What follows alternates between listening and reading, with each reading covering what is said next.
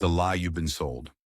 What if I told you that the single biggest dream killer, the greatest thief of your potential, isn't failure, but it's waiting?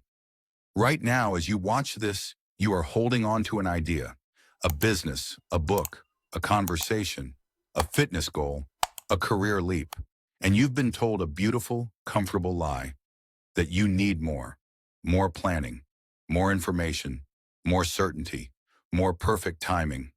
You're waiting for January 1st, 2026, like it's a starting gun. But here's the brutal truth. New Year's Day is a calendar change, not a character change. The you who waits on December 31st will be the same you who wakes up on January 1st. Unless you break the spell. Today, we shatter that spell. The anatomy of waiting. Waiting feels safe. It's the warm blanket of someday. But neurologically, waiting is an act of self-sabotage. Every time you postpone action, you reinforce a neural pathway that says, I am not capable. You're not preparing. You're practicing hesitation. Let me tell you about two friends of mine. Sarah had an idea for a community app in 2023. She spent 2 years researching, perfecting her business plan, waiting for the right tech partner. Leo had a similar idea in 2024. It was messy. He built a terrible website himself and launched it in 3 weeks. He got 10 users. He thought he failed. Guess where they are now? Sarah is still waiting, with her plan outdated. Leo? He sold his company last month.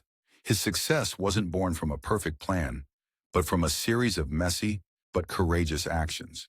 He understood the fundamental law of the universe. Motion creates clarity, not the other way around. You cannot think your way into a new life. You must act your way into new thinking. The bridge of action. Imagine you're standing at the edge of a fog-covered bridge. On the other side is your goal for 2026. The confident you, the successful venture, the healthier body. The bridge is gone. The waiting mind screams, I can't see the other side. I need to see the full bridge before I step. But the doing mind understands something radical. The bridge doesn't appear before you cross it. It forms beneath your feet with every step you take. You don't need to see the whole path. You just need the courage to take the first step into the fog. That step is faith, not faith in a perfect outcome, but faith in your own ability to handle whatever comes next. The action itself is the architect. Your 3-step launch sequence for 2026. You need steps, simple steps. Do these 3 things before the clock strikes midnight. Step 1, make it small. Big tasks feel scary, so your brain tries to avoid them. When something feels too big, your mind says, not now, later. That's why the first rule is simple. Make it small. If you want to write a book, don't think about writing 200 pages. That number alone can shut your brain down. Instead, ask yourself, what is the smallest version of this task I can do today? Write 1 sentence, not 1 page, not 1 paragraph, just 1 sentence. Once you finish that sentence, something interesting happens. You feel capable. You feel lighter. And suddenly, writing 1 more sentence doesn't feel so hard. Small steps work because they remove fear. Think of it like climbing a mountain. You don't jump to the top. You take 1 step, then another, then another. The same rule applies to every goal. Want to start saving money? Don't try to cut every expense at once. Save 50 rupees today. That's it. Want to get fit? Don't aim for an hour at the gym. Do 5 push-ups or take a 5-minute walk. Want to learn guitar? Don't try to play a full song. Practice 1 chord for a few minutes. Over time, these small actions compound. 1 sentence becomes a chapter. 1 chord becomes a song. 1 small habit becomes a new identity. Remember this. Progress beats perfection every single time. Step 2, create easy routines. Most people think they fail because they lack willpower, but willpower is unreliable. It runs out. Routines, on the other hand, don't depend on motivation. They run on autopilot. The secret is to make starting easy by designing your environment. If you want to exercise, don't depend on motivation in the morning. Put your workout clothes or shoes right next to your bed. When you wake up, the decision is already made. If you want to write daily, keep your notebook open on your desk. If you want to read more, keep a book on your pillow instead of your phone. Routines work because they reduce thinking, and less thinking means less resistance. Think of routines like training wheels on a bicycle. At first, they support you. Later, you don't even notice them. But by then, the habit is already built. Start small. Maybe your routine is writing a to-do list every morning. Maybe it's drinking 1 glass of water when you wake up.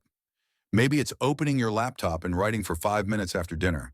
These routines create structure, and structure creates momentum. You don't rise to the level of your goals. You fall to the level of your routines. Step 3. Use the 2-minute rule. The hardest part of anything is not doing the work, it's starting. That's why the 2-minute rule is so powerful. Tell yourself, I'll do this for just 2 minutes. Not perfectly, just 2 minutes. Want to read? Read 1 page. Want to clean your room? Start with 1 corner. Want to meditate? Sit quietly for 2 minutes. That's all. Most of the time, once you start, you'll continue. But even if you stop after 2 minutes, you still win because you showed up. Starting is like pushing a ball down a hill. The first push takes effort, but once it's moving, gravity does the rest. Bonus tip, reward yourself for starting. After your 2 minutes, do something small you enjoy. Listen to your favorite song. Stretch out for a while. Take a short break. Your brain learns a powerful lesson. Starting feels good. And when starting feels good, procrastination loses its power. You don't need huge energy. You don't need perfect conditions. You just need small steps, simple routines, and the courage to start for 2 minutes. That's how real change begins, quietly, consistently, and one small action at a time. Your new story starts today. 2026 is an empty book. You are the author. Will your first chapter be I waited?